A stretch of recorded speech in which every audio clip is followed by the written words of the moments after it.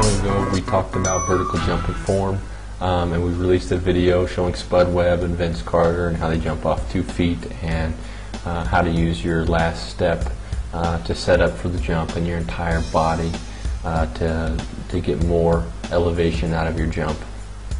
And there was a huge response from that, and I got lots of testimonials about people who went out to their driveway or went to the court and added another 2 to 4 inches to their vertical pretty quickly. And I also got a lot of questions about how exactly that's going to work with one leg jumping and how to use those same techniques for one leg jumping. And so this video is going to address one leg jumping, and it's partly in preparation for the update I'm making to the manual that's taking a little longer than expected. I'm sorry about that. But anyways, we're going to go over that in this video, and I just want to let you guys know as well that very soon I'm going to be interviewing a world record, or at least was a world record holder in the squat, and knows a whole lot about training, has a PhD, and it's going to be an interesting interview. I'm really going to be able to ask some pretty complicated questions and get some interesting answers. But if you have any questions you'd like me to ask, go ahead and comment them below, and then on my interview with him this week I will ask your questions and post your answers on YouTube. Thank you. In a lot of sports, long jump, triple jump, high jump, shot put, discus, javelin, they talk about how to use the last step to increase your momentum, set up for a jump or a throw, and to get all your power into the movement. And in sports such as long jump, triple jump, and those others, they call this the penultimate step. And the penultimate just means that it's going to be the next to the last step. And so each technique is going to be a little different, and the technique that you use for a takeoff in basketball is going to probably be most like a long jump or high jump. But it's going to be a whole lot less systematic. You know, when you're a long jumper, you know exactly how many steps you're going to take before you jump. Same thing with a high jumper. You know exactly how many steps. You can count down your steps, and you know just about to an exact science how that's going to work out. And that's going to be a little different when you approach the rim as a basketball player, because you're going to be at different distances to the rim. You're going to be at different balances. You're going to have different speeds and approaches, and so this is going to vary. How you use your second to last step, your next to last step in approaching the rim is going to vary, and there's not going to be as exact of a science in using it, but you will benefit from knowing exactly how. Now, if you haven't seen my prior videos, I would go check them out. It's the one with Spud Webb. I think Spud Webb's on the cover, or no, there's a leg and there's a couple circles around the leg. That's the one that you need to watch. That's going to give you some background information on this video. But the premise is going to be more or less the same. When you're going down the court, if you're, let's say you had a breakaway, you're all alone, what you're going to want to do is it's going to be the second to last step that's going to be slightly longer. You want to keep your body perpendicular to the floor, and you're not going to want to lean backwards or forwards too much, and you're going to elongate that last step. Now, how much longer that's going to be is going to depend on how close to the rim you are, because it's going to depend on at what point you want to reach your highest point. For instance, if you're going to dunk from the free throw line, it's going to be different than if you're going to want to do a layup and do a quick one-handed dunk or something like that. Basically, the closer you are to the rim, the longer step you're going to want to take. And so you're going to elongate that last step, and then your very last step, which is going to launch you, is going to be very quick.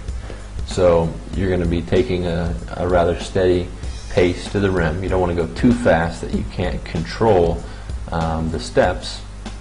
Take a long step followed by a very quick step. It's going to sound a little bit like this.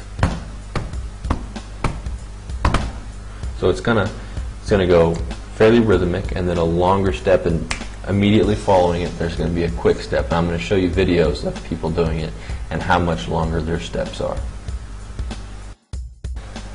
Okay, at the same time, you've taken your long step and then you immediately follow with this short step, which is going to launch you into the air. So if you're launching off your left foot, you're going to make a long left to right foot stride, and then your right to left is going to be very quick into an explosion. Okay, so let's take a look at Vince Carter in high school dunking from the free throw line. There it is. Now, I'm not sure if you were able to notice, but let's take a look at his next to last step, which is the red line. Notice how much longer it is than his last step.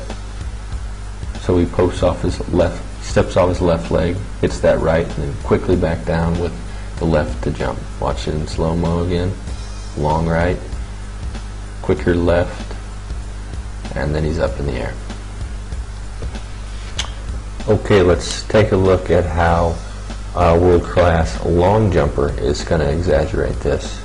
High speeds. Watch the end. Okay, it's going pretty quick, so it's hard to see. Let's slow it down. Now watch this last step coming up, and then the quick. See, that second to last step is very long, and then the last step is very short. Okay, let's watch it one more time.